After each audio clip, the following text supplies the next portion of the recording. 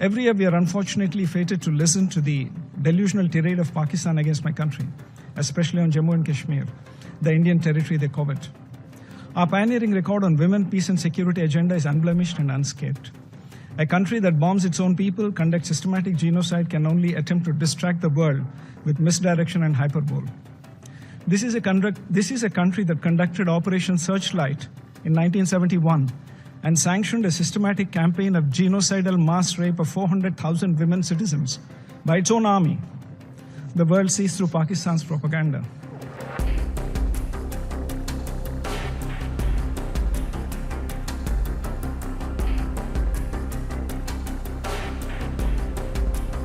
President, at the outset, I congratulate Russia on assuming the presidency and thank the Russian Federation as the President of the Council for holding today's open debate on the topic of women, peace and security.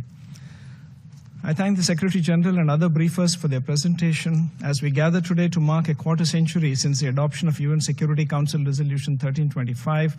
We celebrate not merely an anniversary, but a transformative moment that fundamentally reshaped our understanding of peace and security, recognizing that sustainable peace cannot be achieved without the full and equal participation of women.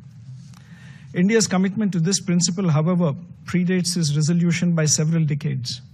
India has consistently contributed to UN peacekeeping as an expression of our commitment to global peace.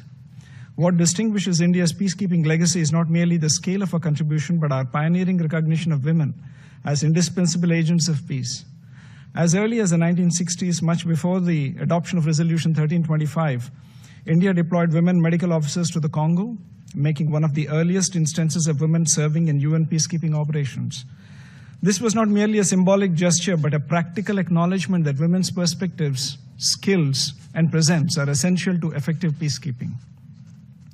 This early commitment found its more pronounced expression in 2007 when India deployed the first ever all-female formed police unit in the history of the UN to Liberia. This groundbreaking initiative went far beyond enhancing security. It catalyzed a transformation in Liberian society, inspiring local women to join law enforcement and participate actively in rebuilding their nation. The unit reduced crime rates while simultaneously demonstrating that women could serve as both protectors and role models. This initiative was indeed a game changer. India's leadership in championing women peacekeepers is exemplified through the appointment of Dr. Kiran Bedi, the first woman officer of the Indian Police Service, as the first ever female police advisor and head of the United Nations Police Division in 2003. Today, over 160 Indian women peacekeepers serve in the field, and all women female engagement teams have been deployed in Democratic Republic of Congo, Abyei in Sudan, and South Sudan.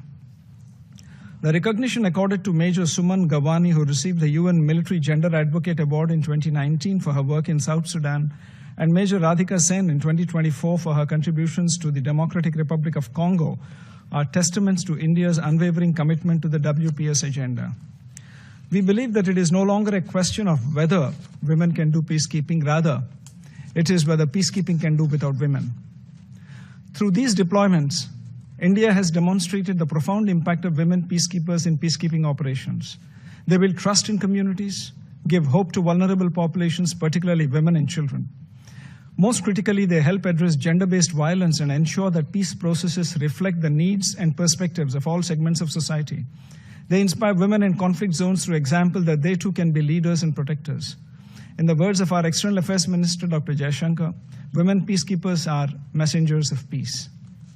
Recognizing that this transformation must extend beyond our own contributions, India has invested significantly in capacity building, particularly for women peacekeepers and those especially from the Global South. The Center for UN Peacekeeping, established by the Indian Army in New Delhi, has become a center of excellence, training over 12,000 troops annually. In 2016, the center launched a special course for female military officers, training 72 women officers from 39 different troop-contributing countries that year.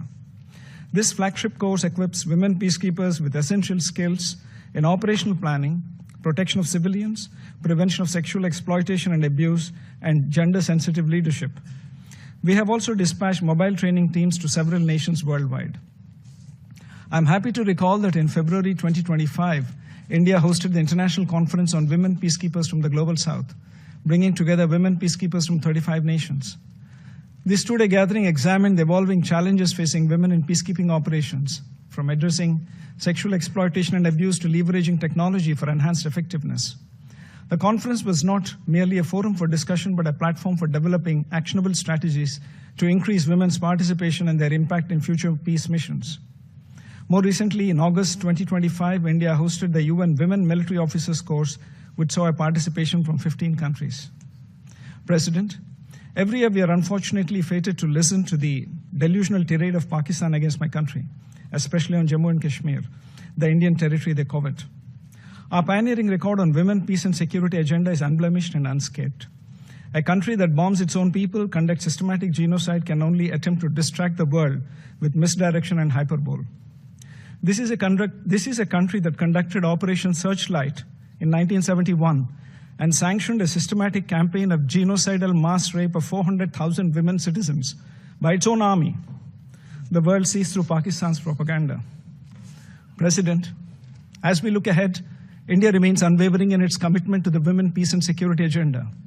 We stand ready to share our expertise with partners, particularly those in the Global South, fostering collective solutions to shared challenges. Thank you, President.